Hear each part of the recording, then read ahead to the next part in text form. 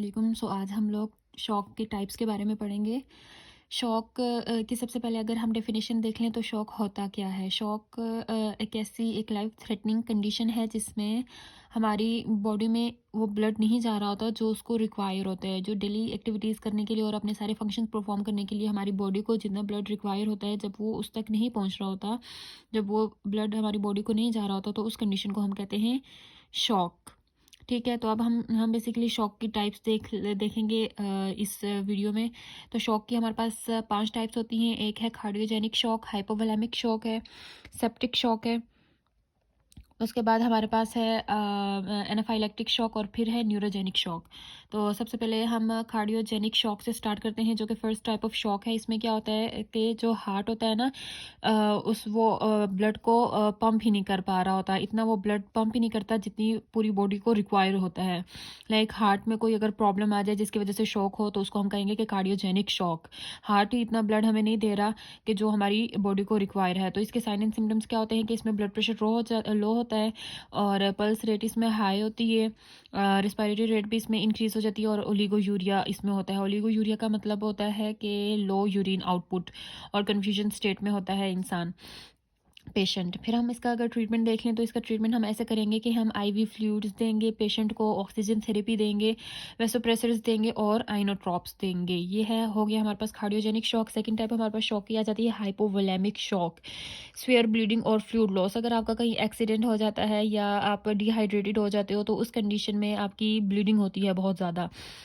तो जब आपकी ब्लीडिंग हो जाएगी तो ऑब्वियसली आपके बाकी ऑर्गन्स में ब्लड की कॉम्प्रोमाइज़ होगा, तो उस कंडीशन को हम कहेंगे कि ये हाइपोवोलेमिक शॉक है। स्फीयर ब्लीडिंग हो रही है और ब्लड जहाँ पे आपके बॉडी पार्ट्स को रिक्वायर है चाहिए, वो उन पार्ट्स तक नहीं जा रहा और ब्लड आपका वेस्ट हो गया है, तो वो हाइपोवोलेमिक शॉक होगा। उसमें उसके साइन एंड सिम्टम्स ये हैं कि ब्लड प्रेशर डिक्रीज़ होगा। ब्लड प्रेशर डिक्रीज़ हर कंडीशन में होगा। पल्स रेट इंक्रीज़ होगा, रिस्पायरेटरी रेट भी इंक्रीज़ होगा, ओलिगोयूरिया होगा और कन्फ्यूजन स्टेट में होगा पेशेंट। इसकी थेरेपी भी सेम है जैसे कि कार्डियोजेनिक शॉक की है। आईवी फ्लूइड्स देंगे, ऑक्सीजन थेरेपी देंगे, ब्लड ट्रांसफ्यूजन इसमें करेंगे। ये डिफरेंस है अगर रिक्वायर होगा। ऑब्वियसली जब आपका ब्लड लॉस हो जाएगा बॉडी में तो आपको ब्लड चाहिए होता है। फिर हमारे पास आ जाता है septic shock, severe complication of sepsis. Sepsis क्या होता है? बैक्टीरिया की वजह से अगर आपका ब्लड लॉस हो रहा है या आपके बाकी ऑर्गन्स तक नहीं पहुंच रहा, तो उस कंडीशन को हम कहेंगे कि यह है सेप्टिक शॉक। इसमें भी ब्लड प्रेशर डिक्रीज हो रहा है, पल्स रेट इंक्रीज हो रहा है, रिस्पायरेटरी रेट भी इंक्रीज हो रहा है और ओलिगोयूरिया हो रहा है। वो मैं आपको बता चुकी हूँ। लो यूरिन आउटपुट को हम ओलिगोयूरिया कहेंगे, अगर ज़्यादा यूरिन आउटपुट होगा तो उसको हम पॉलीयूरिया कहेंगे। और इस कंडीशन में आपको फीवर भी होगा। इसका ट्रीटमेंट हम आईवी फ्लूइड्स देंगे, ऑक्सीजन थेरेपी देंगे, एंटीबायोटिक्स देंगे। ऑब्वियसली जब भी आपको कोई बैक्टीरियल इन्फेक्शन होगा या बैक्टीरिया से रिलेटेड कोई भी कंडीशन होगी आपकी बॉडी में, तो हम आपको देंगे एंटीबायोटिक्स और फिर आइनोट्रॉप्स भी देंगे। उसके बाद हमारे पास एक और टाइप आ जाती है शॉक की, जिसको हम कहते हैं कि एनाफाइलेक्टिक शॉक। एनाफाइलेक्टिक शॉक किस वजह से होता है? ये सीवियर एलर्जी रिएक्शन होता है। आपको कोई एलर्जी है जिस वजह से आपकी बॉडी में ब्लड नहीं जा रहा। इसके साइन एंड सिम्टम्स भी सेम।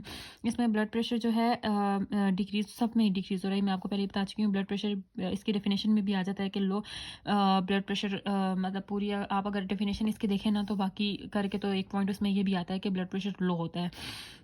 ऑब्वियसली जब फ्लूइड बॉडी में जो है ब्लड जा रहा ही नहीं है तो प्रेशर उसका लो ही हो जाएगा। जब कम है, ब्लड अवेलेबल ही कम है, तो फिर प्रेशर ज़्यादा कैसे हो सकता है? ब्लड प्रेशर कम होगा, पल्स रेट इंक्रीज होगा और इसमें ब्रोंको कंस्ट्रिक्शन होगी आपको और ओलिगोयूरिया होगा। इसके ट्रीटमेंट में हम ऑक्सीजन थेरेपी देंगे, आईवी थेरेपी देंगे और इसमें हम मेडिकेशंस भी देंगे। मेडिकेशन हम एपिनेफ्रिन देंगे, एल्ब्यूटेरॉल देंगे और एंटीहिस्टामिन्स देंगे। उसके बाद हम हाइड्रोकॉर्टिसोन्स भी दे सकते हैं, जो है होती है कॉर्टिकोस्टेरॉइड्स। फिर हमारे पास लास्ट आ जाता है शॉक की टाइप, जिसको हम कहते हैं न्यूरोजेनिक शॉक। ये किस वजह से होता है कि अगर आपके नर्वस सिस्टम में कोई डिफेक्ट आ गया या आपका नर्वस सिस्टम डैमेज हो गया है तो आपको शॉक होगा, उसको हम कहेंगे न्यूरोजेनिक शॉक।